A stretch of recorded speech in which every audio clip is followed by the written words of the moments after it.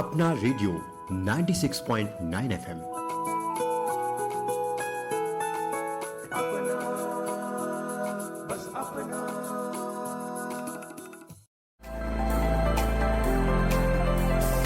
सांसों की लय मन को भाए, तन खिले और रोग भगाए जब हो योग संगम।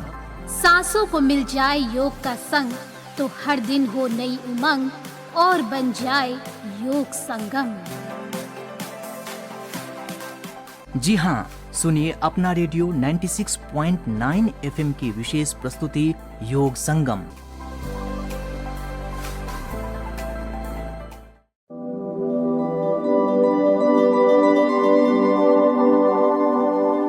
नमस्कार दोस्तों, मैं आरती स्वागत करती हूँ आप सभी का अपना रेडियो 96.9 एफएम की विशेष कार्यक्रम श्रृंखला योग संगम में।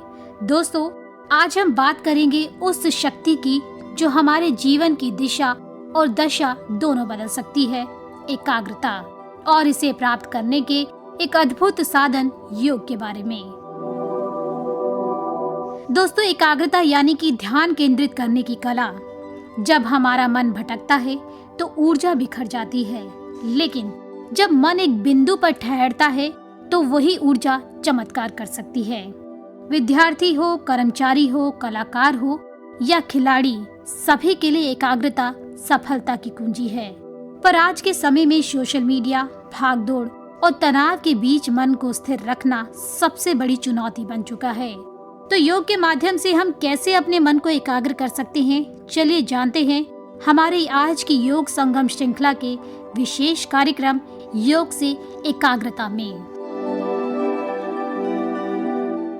नमस्कार जी, मेरा नाम कैलाश रानी है और मैं भारतीय योग संस्थान से जुड़ी हुई हूँ। तो आज का हमारा विषय रहेगा मन को कंट्रोल करना, मन को एकाग्र करना। योग में हम अपने अगर बॉडी के हर ऑर्गन को ठीक कर सकते हैं, आंखों को ठीक करते हैं।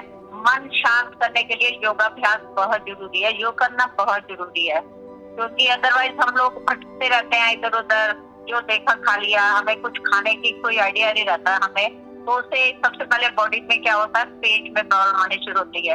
पेट में प्रॉब्लम आती है तो और ऑर्गन भी हमारे डिस्टर्ब होना शुरू हो जाते हैं और हमारा मन जो है वो बेचैन होता है, फिर उसको नींद नहीं आती क्योंकि पेट में गड़बड़ा, पेट ठीक नहीं है, डाइजेस्ट नहीं हो रहा जो भी खाया हुआ है।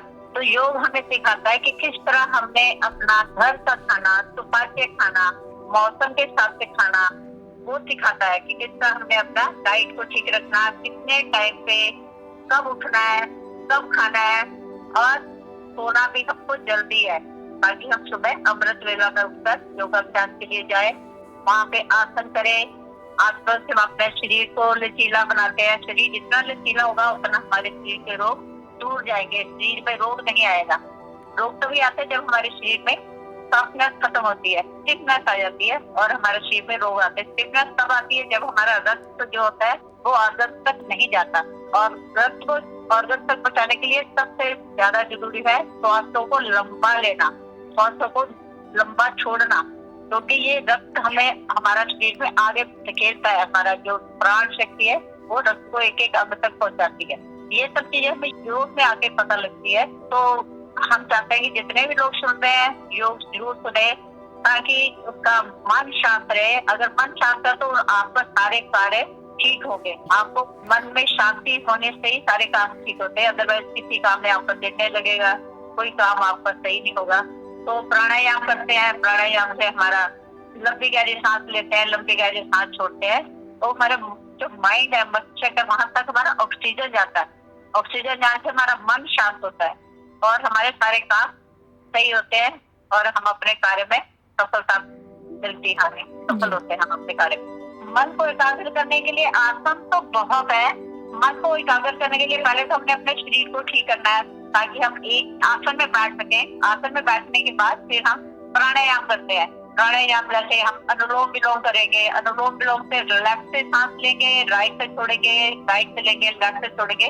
हमारा पूरा माइंड पूरा ऑक्सीजन से पोषित हो जाता है और हमारा मन बिल्कुल शांत हो जाता है। हमारा जो हाई लो बीपी है वो भी ठीक हो जाता है। हमारी कई बीमारियां ठीक होती हैं, मेमोरी पावर बढ़ती है उससे हमारी।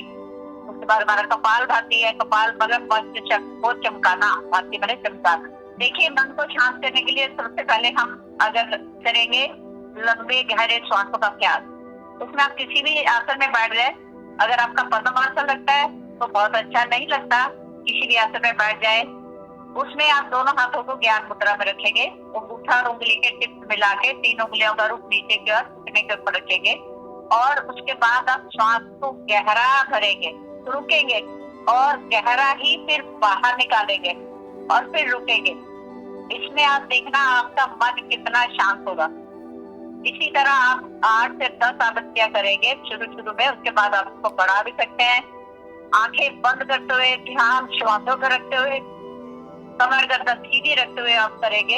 हमारा जो प्राण शक्ति है जो हमारी रीढ़ के माध्यम से होते हुए मस्तिष्क तक जाती है, जिससे हमारा मन बिल्कुल शांत होता है। तो इस तरह सबसे पहले हम गहरे लंबे श्वासों का अभ्यास करते हैं। योग में जाते हैं तो गहरे लंबे श्वासों से हमारे प्राणायाम की आगे क्रिया शुरू होती है। तो उसमें सबसे पहले हम कपालभाति ले लेते हैं। कपालभाति करते हैं तो भी किसी भी सुविधाजनक आसन में बैठ जाए, दोनों हाथ ज्ञान मुद्रा में।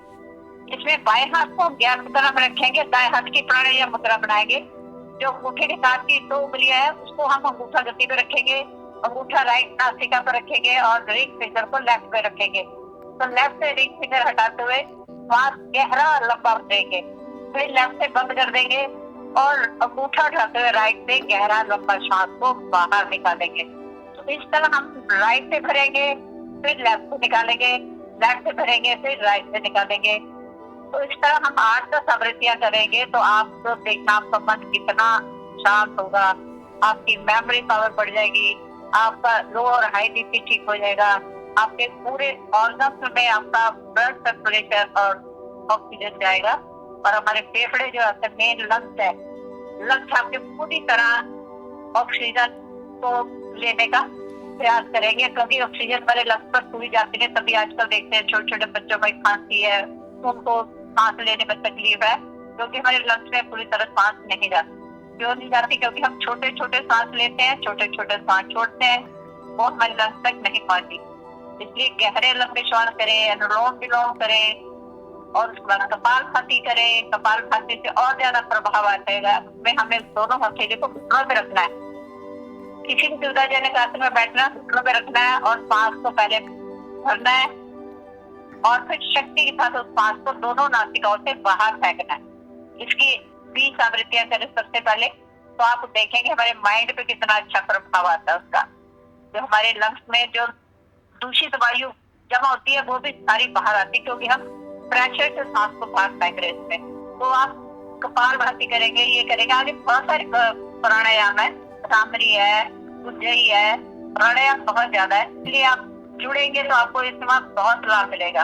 बिल्कुल मन शांत हो जाएगा आपका, आपको पढ़ने में अच्छा लगेगा। स्टूडेंट के लिए प्राणायाम बहुत जरूरी है, उनकी मेमोरी पावर बढ़ेगी, उनके नंबर अच्छे आएंगे, उनके आगे मार्ग अच्छा बनेगा। तो बच्चे से अगर शुरू करें, बच्चे से शुरू करेंगे योगाभ्यास प्राणायाम तो उनको बहुत पूरी लाइफ उसको डॉक्टर की जरूरत नहीं पड़ेगी, हमेशा स्वस्थ रहेंगे। आजकल ज्यादातर ऑनलाइन नहीं, ऑफिस में भी काम कर रहे हैं, घरों में बच्चे भी ऑनलाइन ही ज्यादा कर रहे हैं।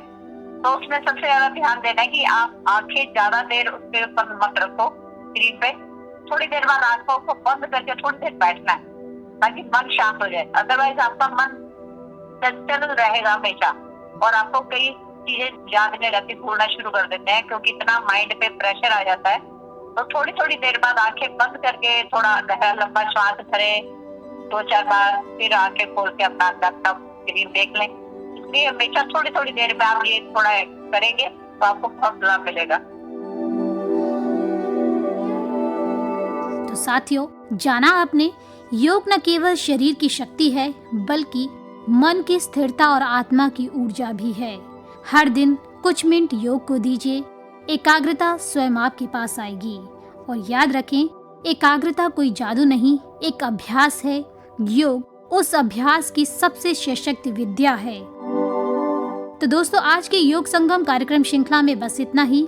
चलते चलते दोस्तों आपको ये भी बता दें कि आप हमारा ये विशेष कार्यक्रम हमारे फेसबुक पेज अपना radio 96.9 FM, x handle @IIMC और हमारे यूट्यूब चैनल अपना रेडियो 96.9 FM पर भी सुन सकते हैं। तो दोस्तों, इसी सकारात्मक ऊर्जा के साथ मुझे यानी आरती को दीजिए अनुमति। फिर मुलाकात होगी और एक अन्य विषय के साथ। तब तक के लिए स्वस्थ रहें, शांत रहें और योग से जुड़े रहें।